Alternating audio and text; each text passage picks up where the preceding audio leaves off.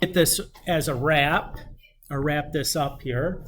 So the other thing from 3.4 that I still want to talk about deals with taking the derivative of inverses. So who remembers from like your Algebra 2 or pre-calc course what the algebraic definition of two inverse functions is? If f and g are inverses, what can we say?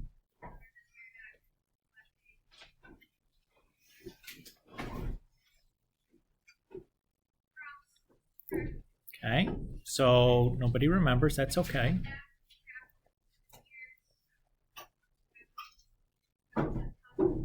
If f and g are inverses, then if I compose f and g, I just get x. That's your algebraic definition for if two functions are inverses. And the other idea that we'll need to use is that if f and g are inverses and f of a is equal to b, what can we say about g?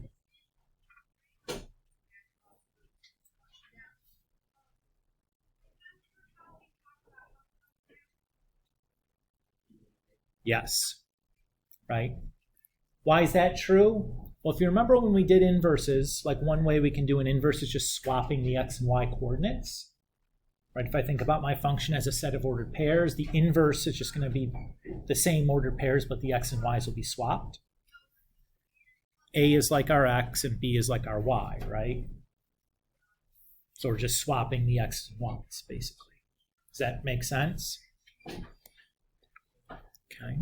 So if I take f of g of x is equal to x, and I do like the derivative of both sides of that,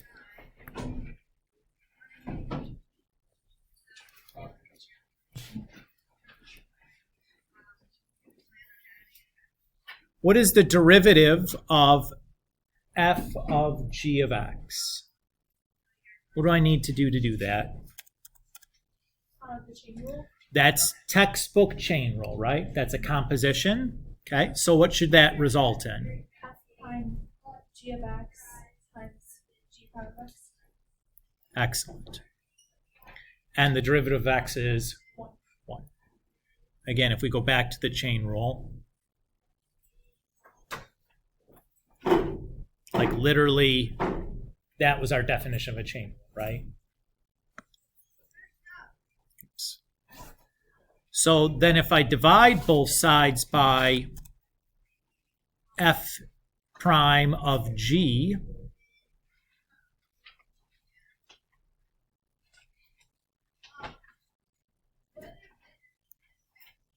I can say that g prime should be 1 over f prime of g.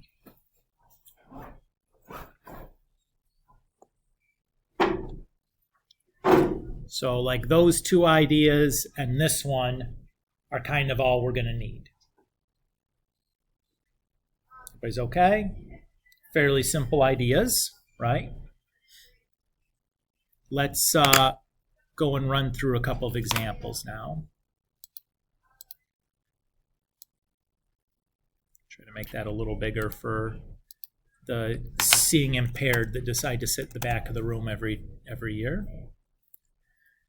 The functions f and g are differentiable. For all x, f of g of x is equal to x, and g of f of x is equal to x. All that is saying is that f and g are inverses, right?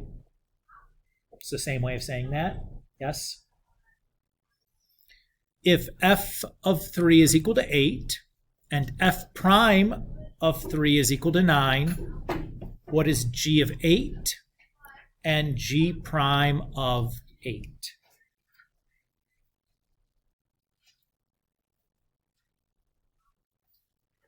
Well, if I know f of 3 is equal to 8, what else can I say?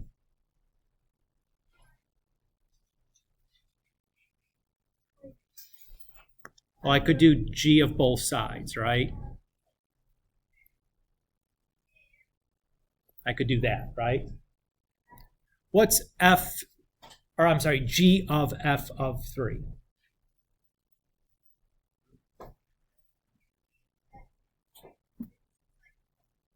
What is g of f of 3? X. Not x, 8. not 8, 3, right? It's just saying that, like, whatever the x is what it is, right?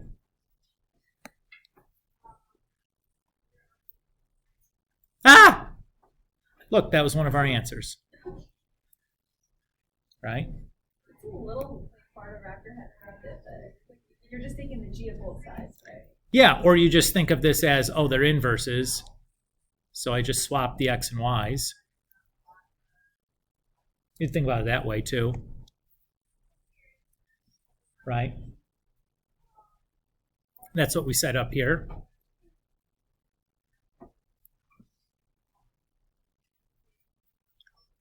Okay, what if I want g prime of 8? Well, that's going to be 1 over f prime of g of 8. Right, just applying this formula right up here. What's g of 8 equal? 3. So I'll replace the g of 8 with a 3. What's f prime of 3? 9. So I have 1 over 9.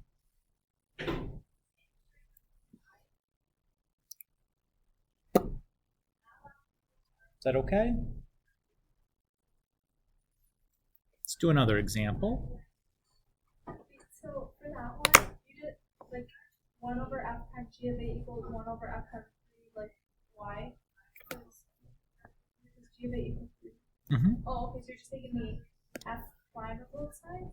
I didn't do anything to both sides. I used this formula, and then I know that g prime of 8 is just 3. And then I know that f prime of 3 is 9. Oh, got it. Right. You're welcome. So I'm just using, like, givens, right? Yes.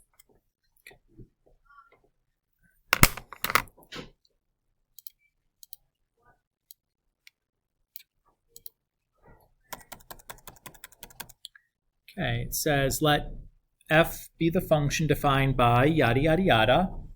If f is equal to, or g of x is equal to f inverse of x, what's that saying? 1 over f. F of g, nope, g and f are inverses. Means the same thing, just another way of writing it, right?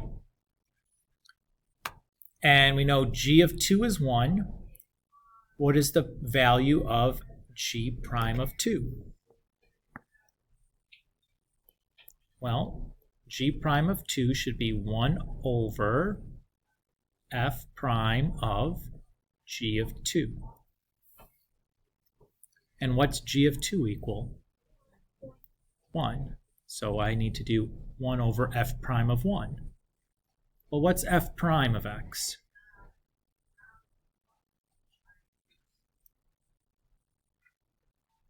X squared. Okay, so f prime of 1 then is going to be What? So g prime of 2 is? 1. Everybody's okay? Again, our textbook doesn't do, I think, really anything with this idea, but this is a common AP multiple choice question in particular. They're not complicated typically to do, but like if we haven't talked about it and done some example of this, you're not sure what to do with it, right? It's not super duper obvious right away.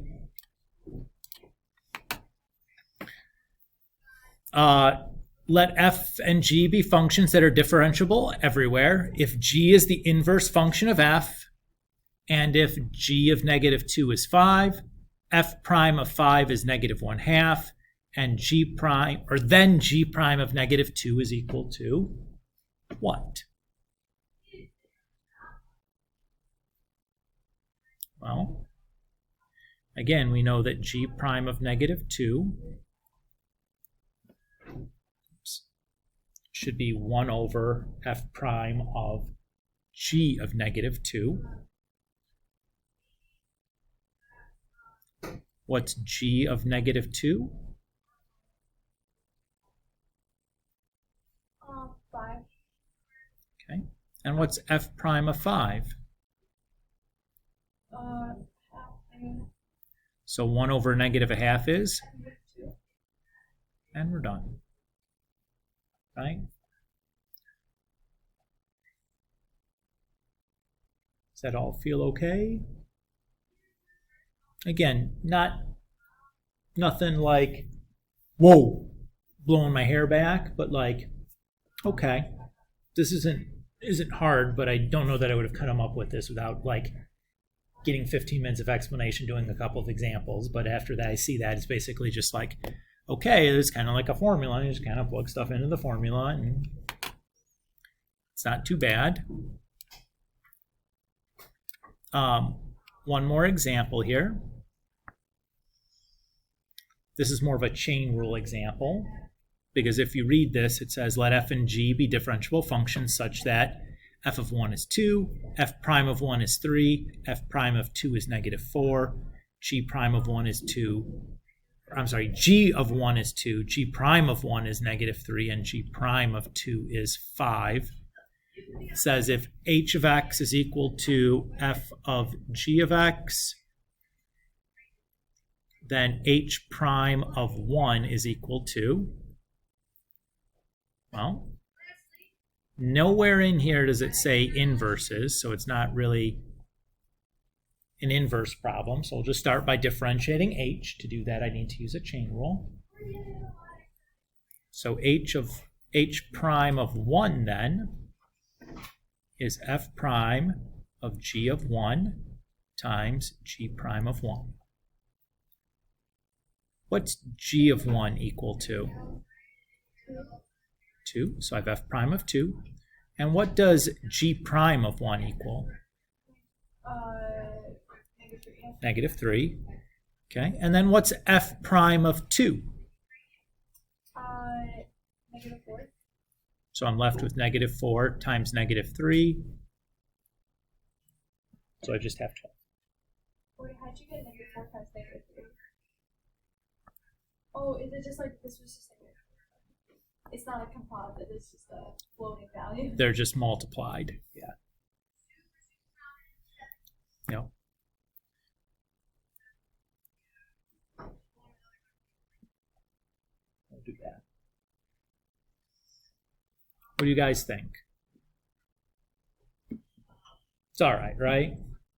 Not a big deal, but like, again, worth doing and seeing some examples of and kind of talking through, like reminding us what it means to be an inverse and coming up with this formula.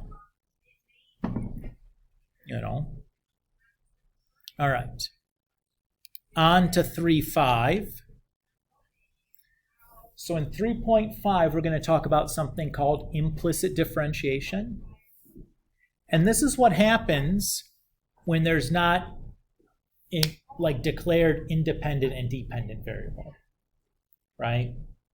When I don't have y equals something in terms of just x's, or f of x equals something in terms of just x's, where there's not like an implied independent dependent variable relationship. You know? So are you like isolating the y? You could on this one, but what if this was x squared plus y squared plus sine of y equals 25? You don't want it. Now you can't, right? There's no way to combine to get that y out of the sine and then deal with get the y's together in that kind of case. So we're not going to worry about, even though you could do that in this first example, we're not going to approach it like that, because real quick you're going to see examples where you can't do that at all. So instead, what we're going to do is we're just going to think about this like taking the derivative of both sides.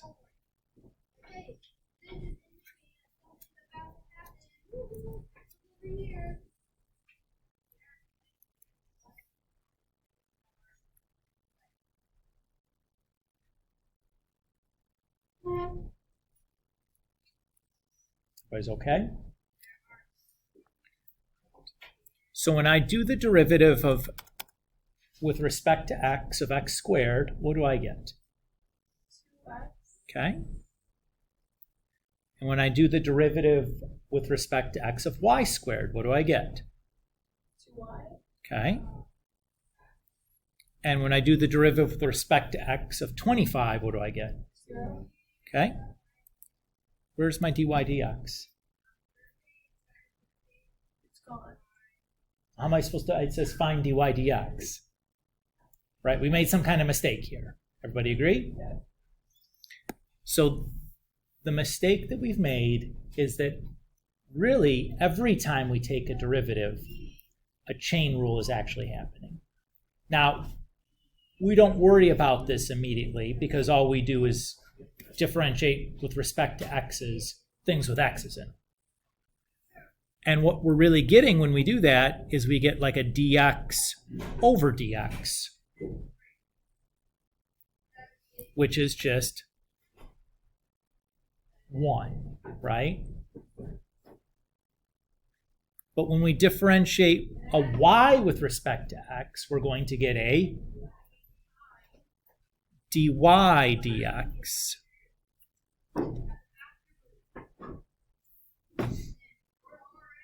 Chanel. Oh, why do you get like dx over dx but dy over dx but y? Because we're differentiating an x with respect to x. So your d dx from before becomes dx over dx. Okay. And here you're differentiating a y with respect to x. So your d dx turns into dy dx. Okay? In general, if the variable that you're differentiating doesn't match the variable in which you're differentiating is with respect to, you're going to generate one of these differential terms. So if I differentiated t with respect to x, I'd get a dt dx. If I differentiated a w with respect to x, I'd get a dw dx. If I differentiated this problem with respect to y, I'd end up with 2x dx dy plus 2y equals 0. Everybody's okay with that? So the number one thing that we have to make sure that we're not making a mistake on is remembering to include these differentials when we differentiate a variable other than what we're differentiating with respect to, right? That every time you do a y, you get a dy dx. So far, so good? So now all I'm going to do is a little bit of algebra to get the dy dx by itself. So to do that, I'm going to subtract 2x from both sides.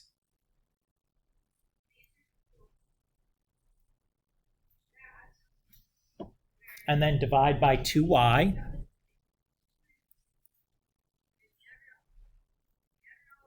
And when I reduce, I just get the derivative is negative x over y.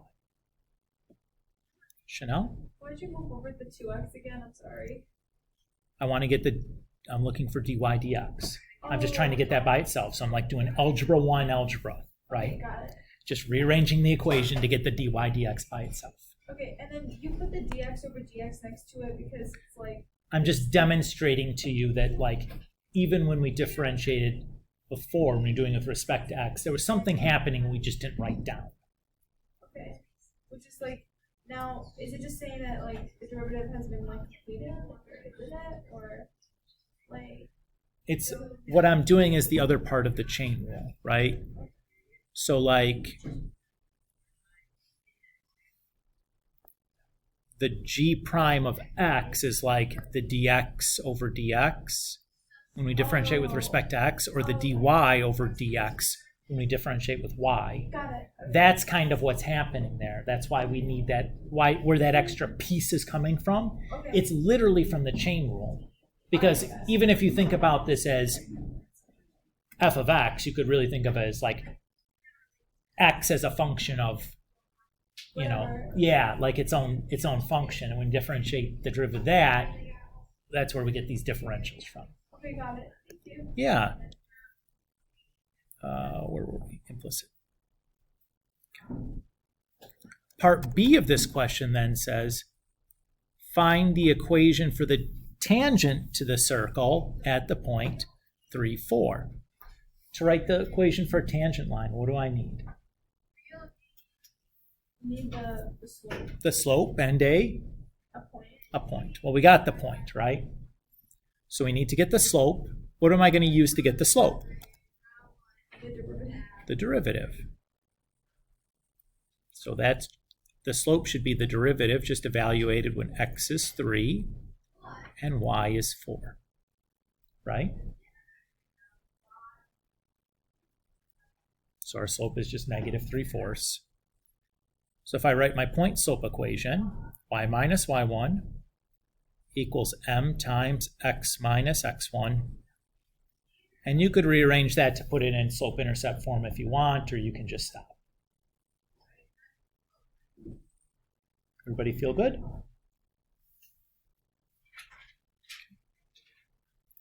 Let's do another.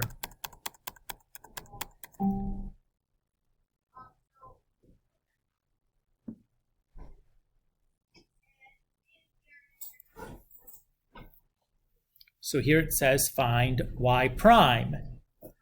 When we say y prime here, what are we really saying? The derivative. Yep, or dy dx, right? Yes. On the previous question, Oh, why is the 3 over the 4 if the y is over the x?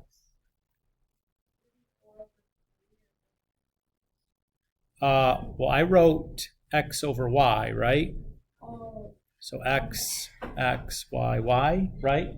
yeah. I was looking at dy over dx, so I thought you put the y over the x. That's okay. No, it's like, it's important that we have that clarified, right? Because like, if you thought we were plugging into the dy dx, that's a big misconception, right? We're just plugging into the x's and y's in the formula, right?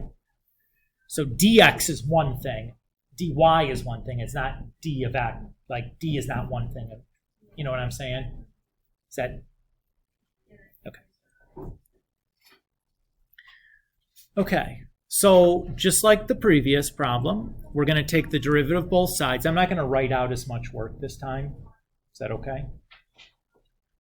When I take the derivative of the left side, that's going to distribute. So I can do the derivative of each term separately. What's the derivative with respect to x of x cubed? 3x squared. 3x squared. What's the derivative of y cubed with respect to x? 3y squared.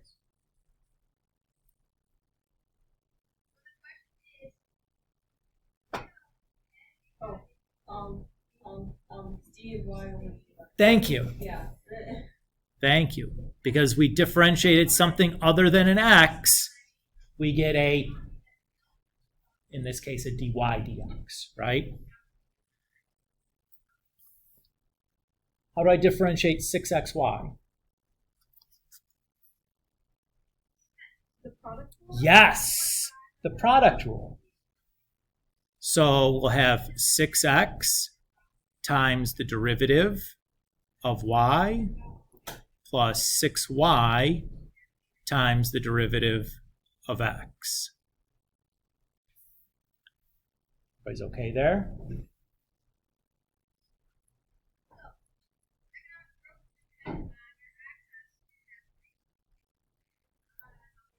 What's the derivative of y with respect to x? 1.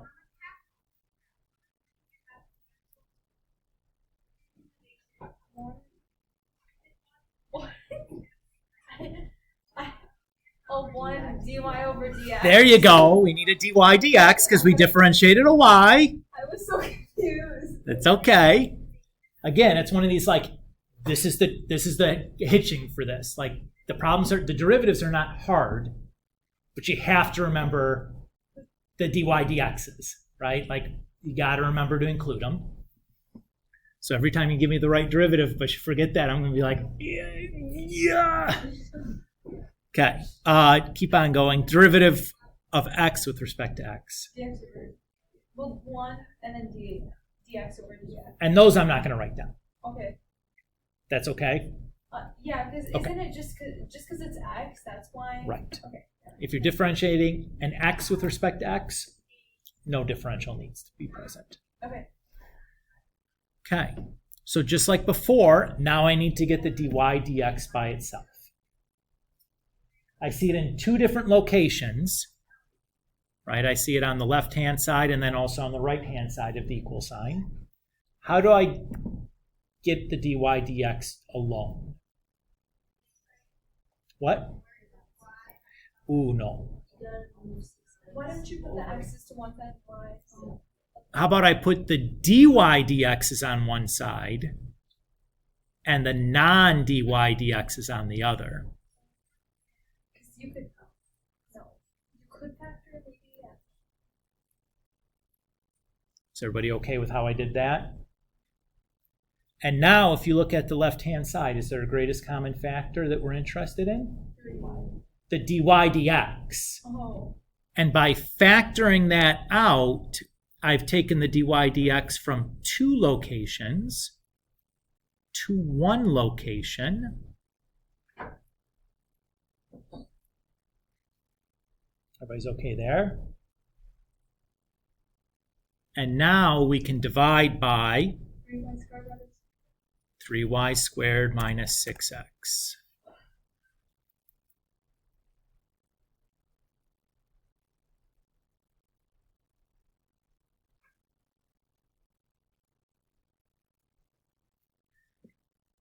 Is that what the back of the book is going to have, though? No, they're going to factor up. Yeah, they're going to reduce the 3's out, right?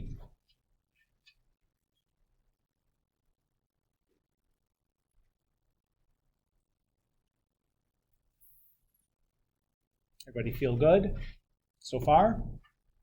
Again, the derivatives we're doing here, are they difficult derivatives in comparison to what you did in last section? No, you just have to be careful and not forget your dy dx's. It says find the tangent to the curve, yada, yada, yada, at the point 3, 3. So you're just finding the tangent line, like the slope and a point? Slope and a point. Excellent. So we have this point already, right? That point was 3, 3. So the slope is just going to be the derivative evaluated at x equals 3 and y equals 3.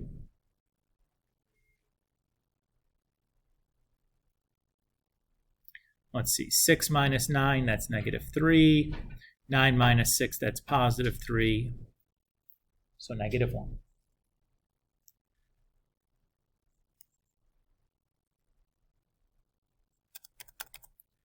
So my equation would be y minus y1 equals m times x minus x1. And again, if you want to put that in slope-intercept form, that's fine. I usually just stop at point-slope form and like, so far so good? All right. At what point in the first quadrant is the tangent line horizontal? What do we need to do to find that?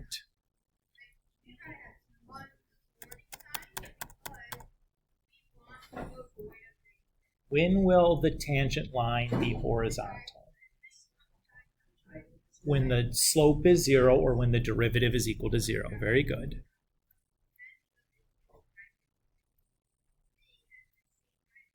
And our derivative here we said was 2y minus x over y squared minus 2x. Right? When is that fraction equal to 0?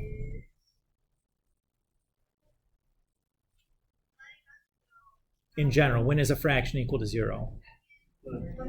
When the numerator is 0 and the denominator is not 0. Okay. This is like Oops. a problem from like 2 lessons ago. I forgot a squared there on that thing. It's x squared. Yeah, kind of. So what we're going to do now is we're either going to get the y by itself or the x by itself. Which one looks easier? Y. I agree. Why do you think the y looks easier to get by itself? You don't want to deal with the square root. I don't want to deal with the square root. So I'm going to add the x over and divide by 2.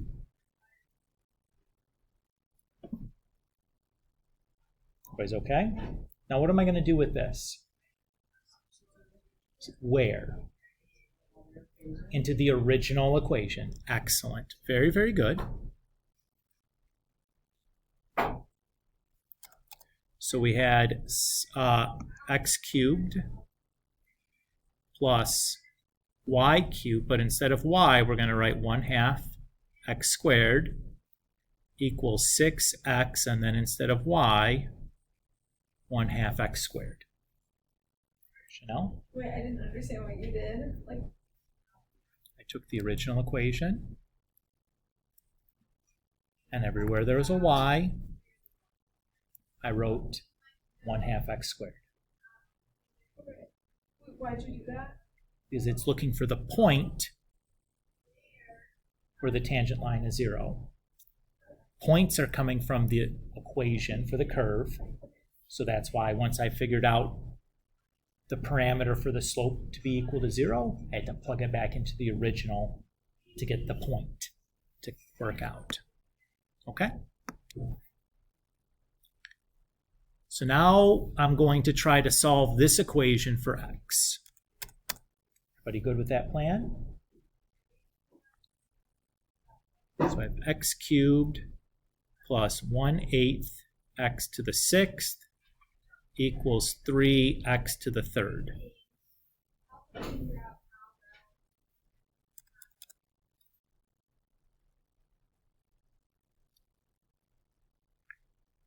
If I move everything over, I have 1/8 x to the 6th minus 2x cubed equal to 0. Factor? So factor, good. Take out an x cubed.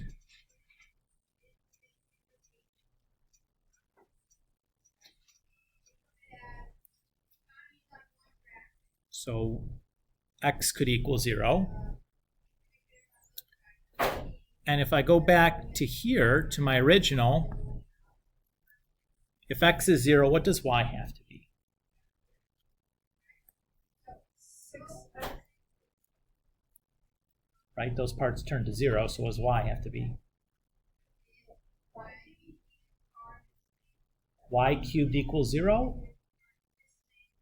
Right? What's the solution for y? 0. 0, right? Okay, so that's a point where the slope is 0. Or is it?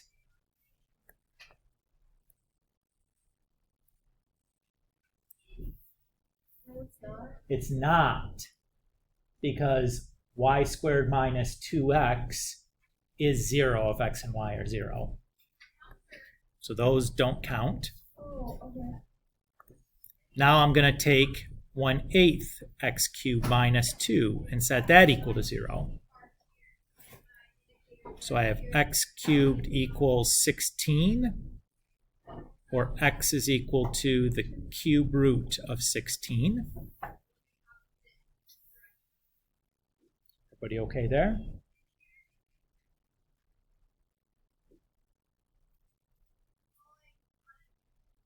So far, so good?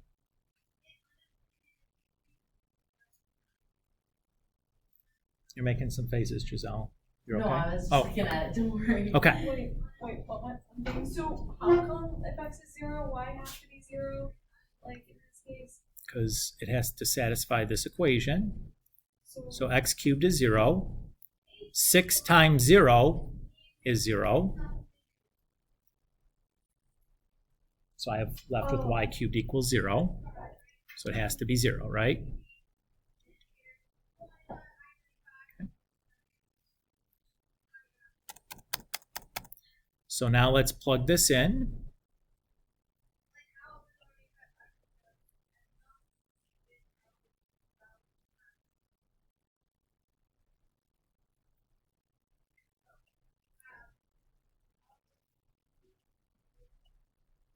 right? We still need to get the y coordinate once we have this x.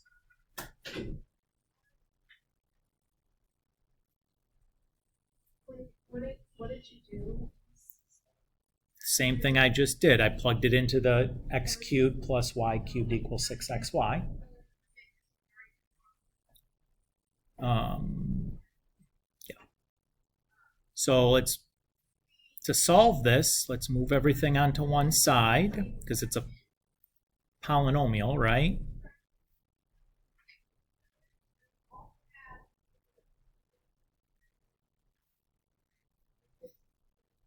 How do I solve that equation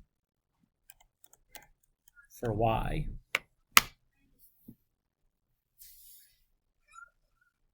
Do you know how to factor something with a cubed and then a y to the first? Like a y cubed and a y to the first in it? And a constant?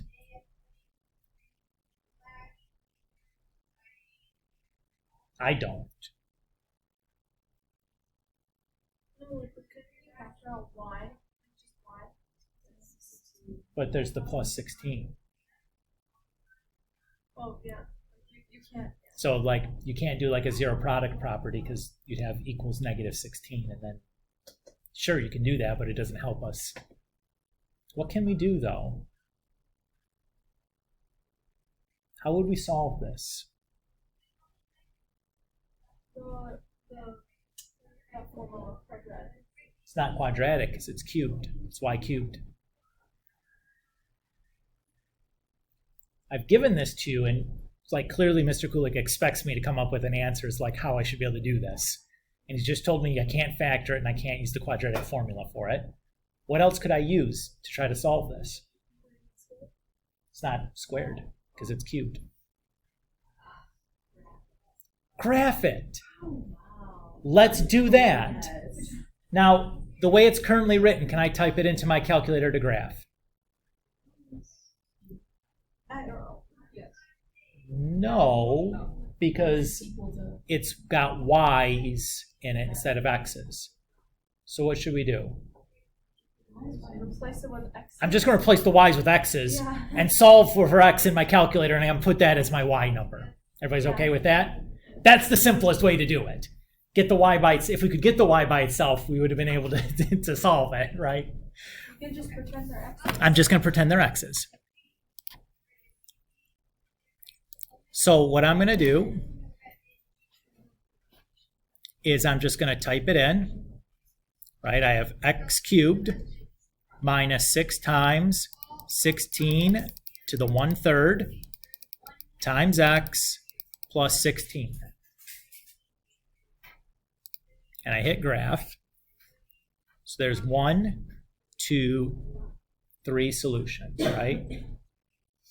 Now remember, the problem says at what point in the first quadrant is the tangent line horizontal? They're all positive values in this quadrant. All the x's and y's should be positive, so this one I can throw out. I don't need that one, so it should just be these two. 1 and 3. Well, let's see. I don't know. I'll do second, trace, and pick the 0 command to find where the graph crosses the x-axis, because I don't suspect 1 and 3 are actually going to work. I don't know. I'm just Yeah. estimating. Yeah. You're close for sure. So I do left bound, right bound guess. So 1.162 is one possibility.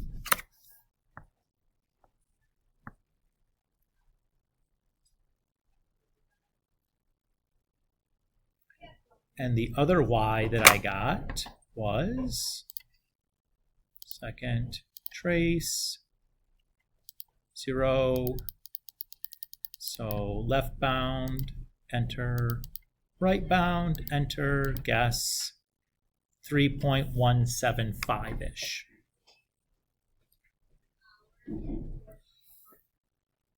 So my x is the cube root of 16, and these would be my y's.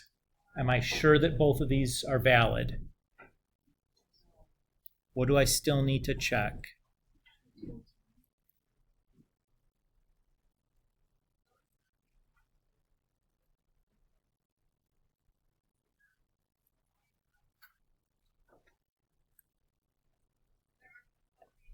Still need to check that, right? You just plug it into that equation. Mm-hmm. Yep. Y squared. This is a long question. Yeah. But it's really just long because the algebra stunk, right?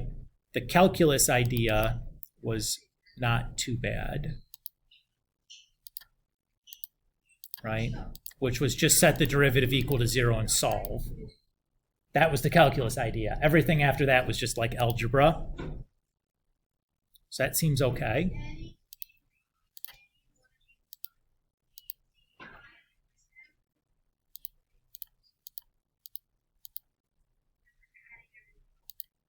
That one seems okay. So those 2 points would be my solution. Everybody feel okay there? Yuck, but all right, fine. Let's go do another. Again, it says find y prime if sine of x plus y equals y squared times cosine x. And just FYI, this process that we did where like you ended up with a polynomial that you could not solve algebraically that I expect you to do, like solve by graphing, that is a trick that the AP will pull.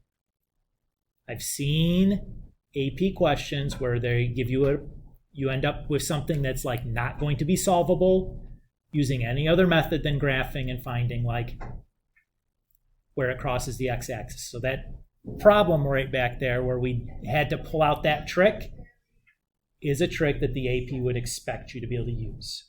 Just to be clear on it, like I chose this example specifically because it's like, oh, I've seen that happen before. Great, here's an example of like having to use that, okay? Okay, so finding y prime, take the derivative of both sides, right? How do I do the derivative of sine of x plus y?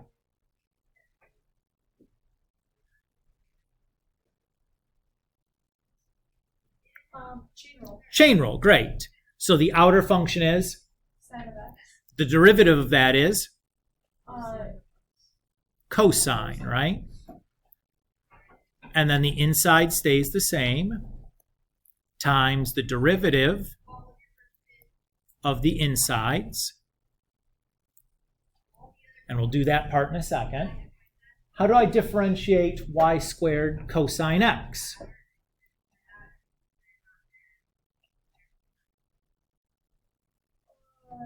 you're differentiating x, cosine x plus y? Or, this one? Yeah. I think it's product. Product rule. Very good.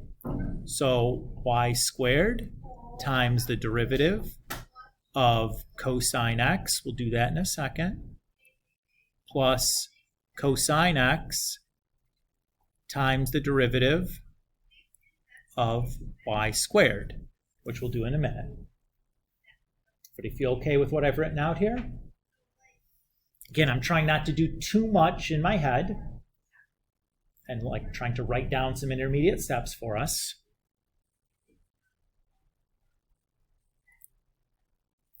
So when I differentiate x plus y, what do I get?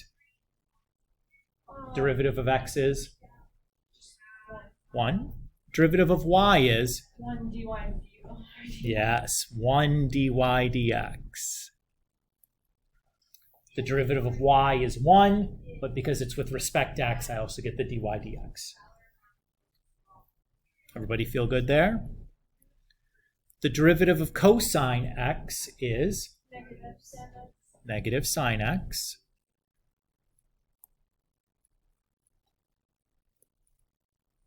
And then the derivative of y squared is? 2y. dy over. There you go, yes.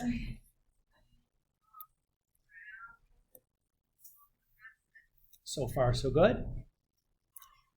What do I need to do to finish this up? You gotta isolate the dy dx's. Could you factor that? Not as it's currently written, because if I look, this dy dx has something added to it. So what I'll do is I'm going to distribute the cosine xy through, or cosine of x plus y, I should say.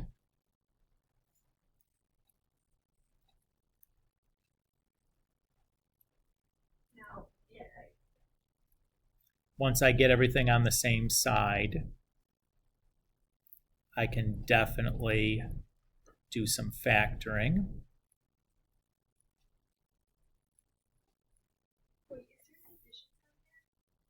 Oh, thank you, yes. I wasn't sure. Nope. As soon as you see something you think is a mistake, say something. Sometimes it will be, sometimes it won't be, but like, don't let me get too deep through a problem if you see a mistake early on. It's like, oh no, now I have to like redo the whole thing. All right. So I see two pieces with dy dx's in them. Get them onto the same side, and we'll factor the dy dx out. I'm going to do that all at the same time. Is that okay with everybody? Yes. We've done a couple that are a little bit simpler than this. And then the stuff without the dy dx, I'm going to move to the other side. Look good, everybody? And then you divide it, right? Mm-hmm. Yep, and we'll divide by that quantity.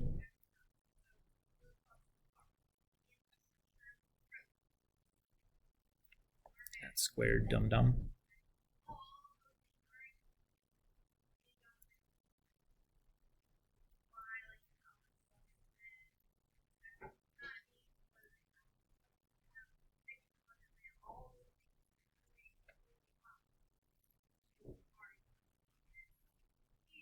Everybody okay there? Now, my suspicion is that's not the way that the back of the book or a multiple choice question would write this. I expect we would see it written something like this.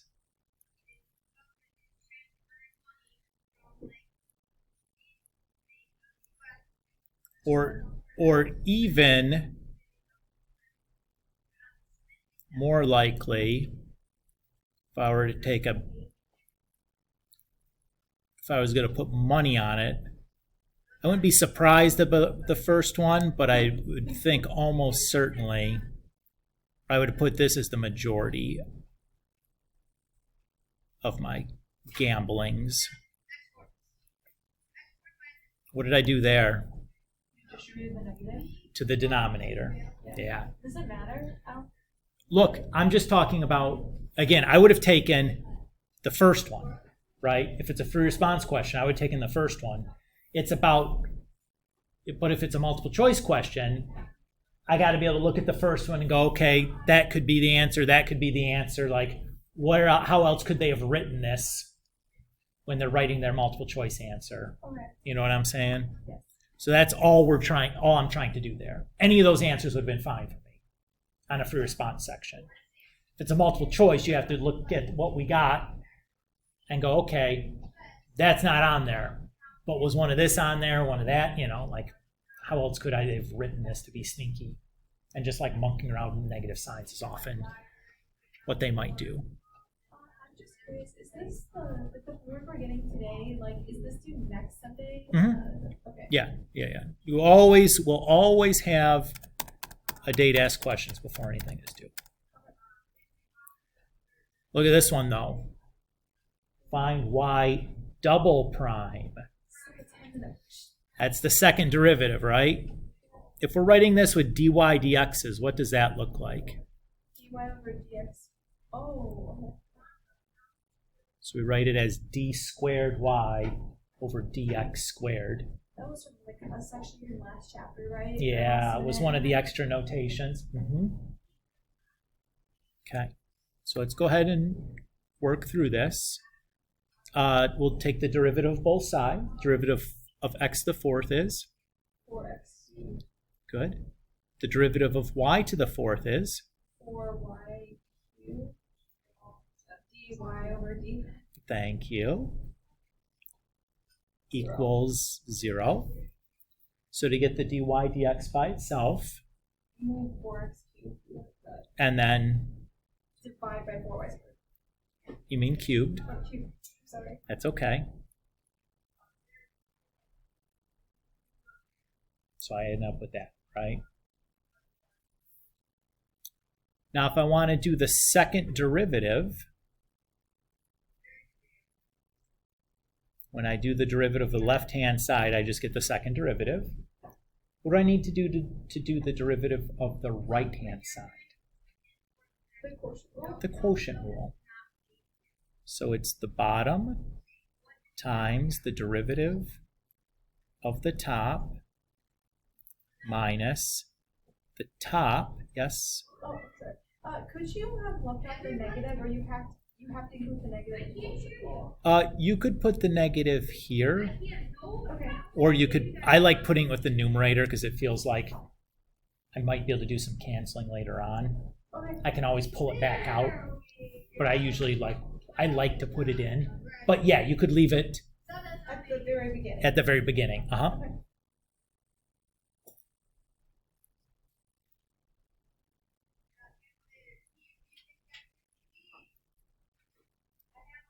Everybody feel good about what we wrote there? So I haven't actually done any derivatives, right? I've just set up the quotient rule. So what is the derivative of negative x cubed?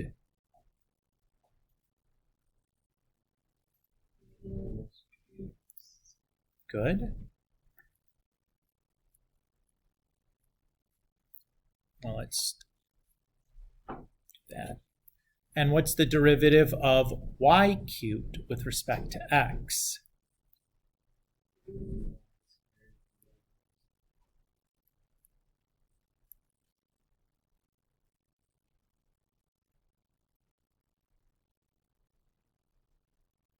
Everybody look okay there?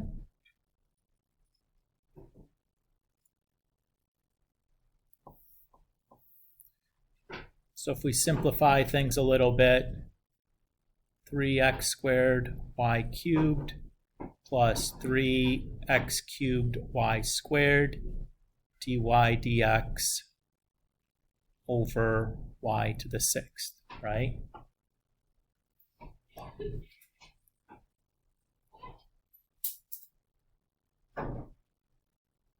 Should that have the dy dx in it?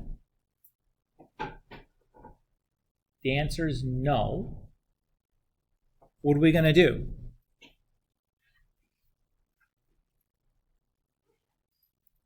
We're just going to replace it with negative x cubed over y cubed, because that's what dy dx is equal to, right?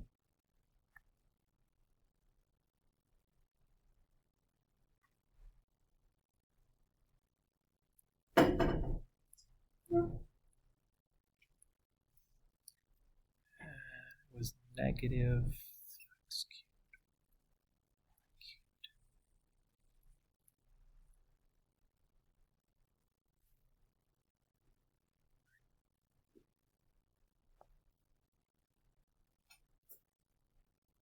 Oops. Mr. Kulik, you copied something wrong. It was cubed. That one was squared. Okay. Cubes cancel. Well, that can cancel. Still have a y down there. What's going to be the easiest way to reduce that complex fraction?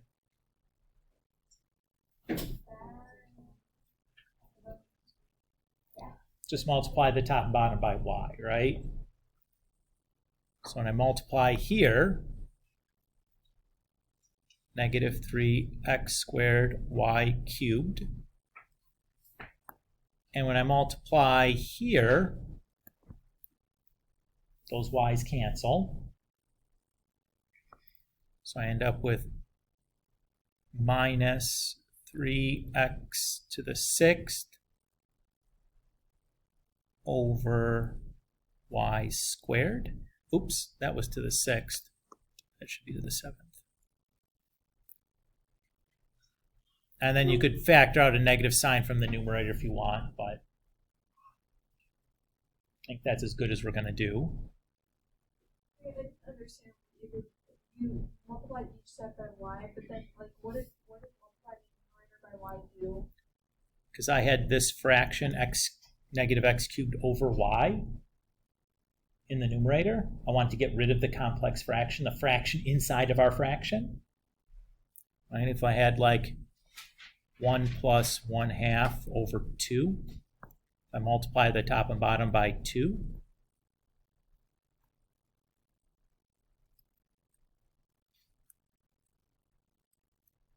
Okay. That's basically what I did there. Just like it's an expedient way of getting rid of that fraction inside of another fraction. Okay. It's like the simplest algebraic way to do it.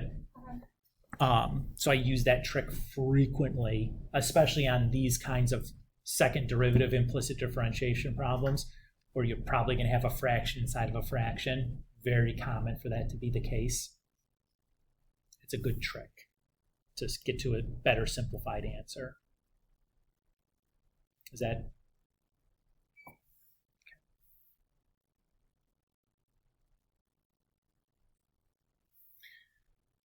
In the interest of time, I'm going to skip proving these two identities and instead give you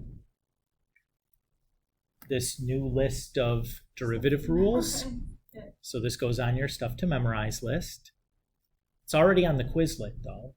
If you've looked through the derivatives Quizlet that I made for you guys, which is in my Notre Dame, you'll see those puppies in there.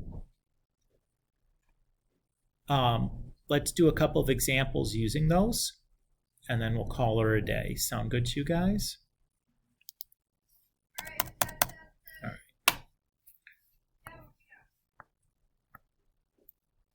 So A, y equals 1 over sine inverse of x. Now I want to do the derivative of that. What do I need to do?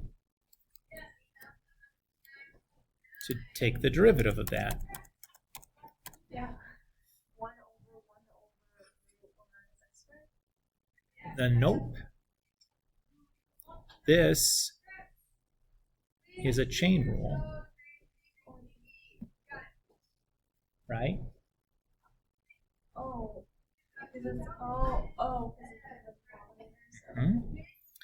So the outer function is x to the negative 1. When I do the derivative of that, I get negative 1 to the negative 2, right? And the inside stays the same. And then I have times the derivative of the insides. It's okay?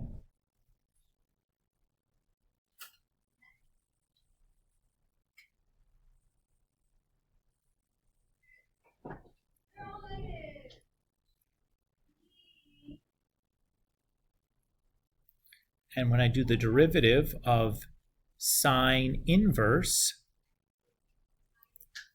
that is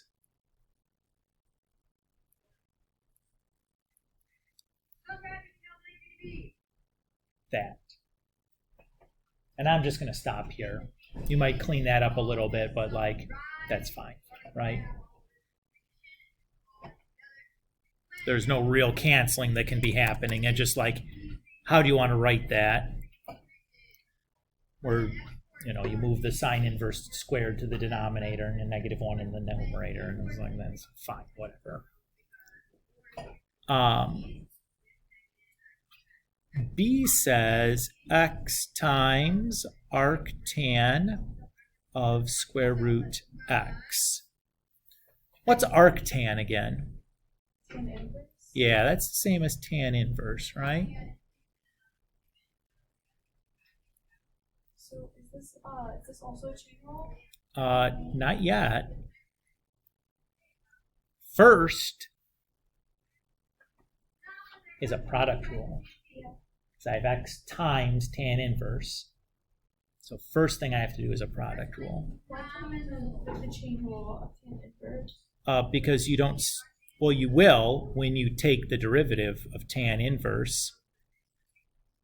But before you can take the derivative of tan inverse, you have to do a product rule, right?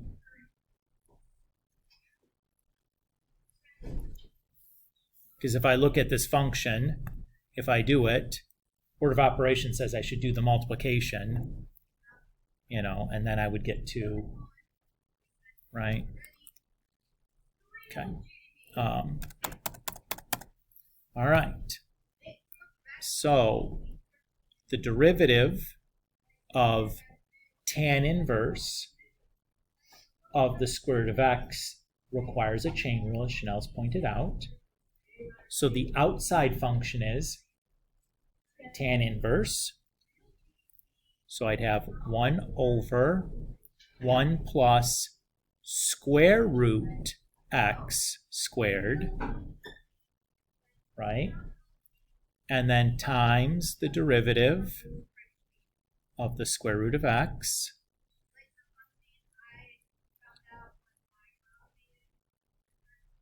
And then the derivative of x we know is 1.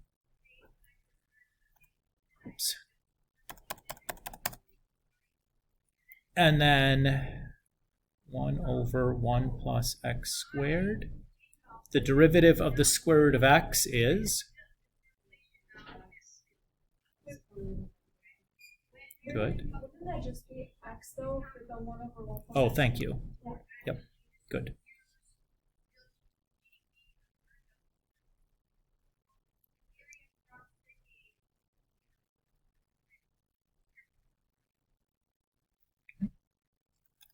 So what do we have here? I would multiply this guy and this guy together to just make a positive 1/2.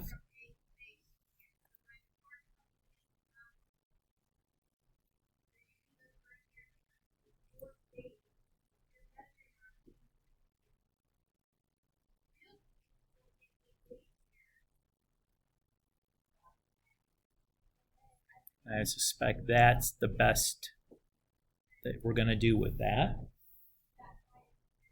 Does everybody feel okay doing this?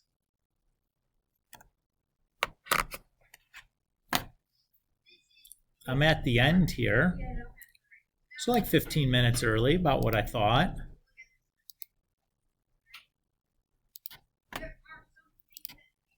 So for next Sunday, not this Sunday, we have these problems. There's a couple of doozies in there. Not that they're calculus doozies, but like algebraically can become kind of a lot. Like if you're asked to do a second derivative of an implicit, can become kind of a lot. So like, just be patient, go slow, and just be careful. Okay? They're okay, but they might take up some space if we catch a wonky one, right? Like for example, if we wanted to do like the second derivative of, of something like this, like doing the derivative of that again, then it's going to get real messy real quick, right? Katie just lifted her eyebrows like, what?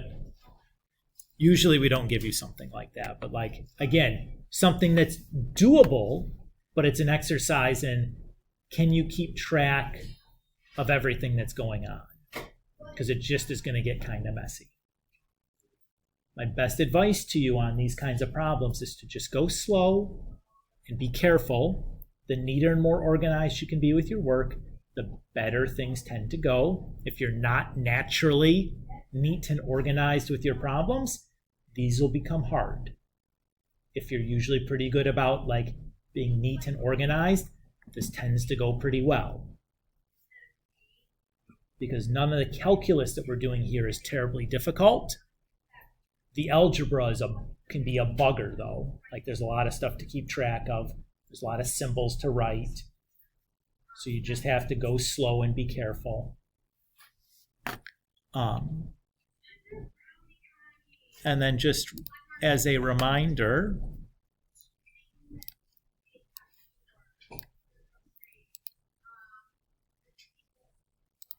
we go and we look on in my Notre Dame, I did make a derivative Quizlets for you guys. Sine inverse, what's the derivative? 1 over square root 1 plus x squared? Yup.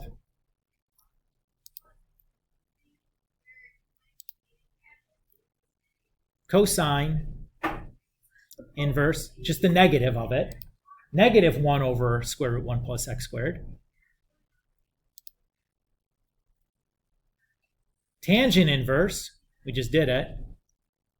1 over 1 plus x squared.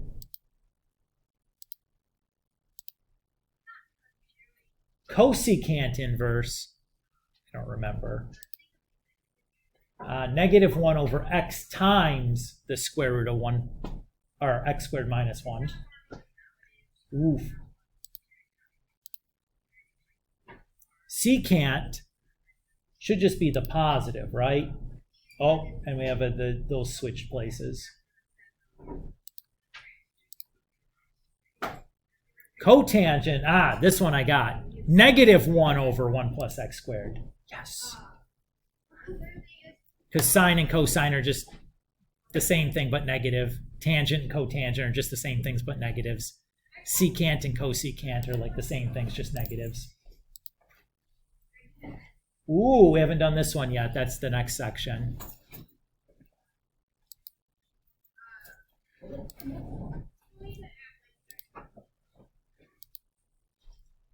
And you can just, again, this is not from the beginning. Where do I do this? How do I do this again? I don't use this ever. This is like the first time I've made one. Do I do this? I don't remember. What do I do? It doesn't feel like it. Oh, start test. I don't think I want to do that. I just want to do the flashcards again. Learn. Is that it? No, flashcards. Yeah, it's flashcards. Flashcards. There we go. This one. Do you know this one? Yep. It's like A when A times like A to the x, natural log of A. times that one is double.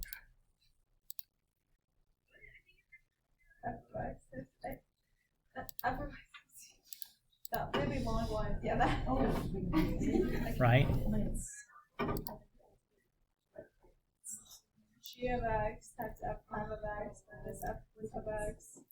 Bottom times derivative of the top minus top times derivative of the bottom over bottom squared. I like to say bottom and top. That's better, yeah. Because if something's named funny, it just gets confusing. F's and G's. Like what's F, what's G? This is H over Q. Like, oh no. Or G over F, like I did too on the test and gave some of us fits.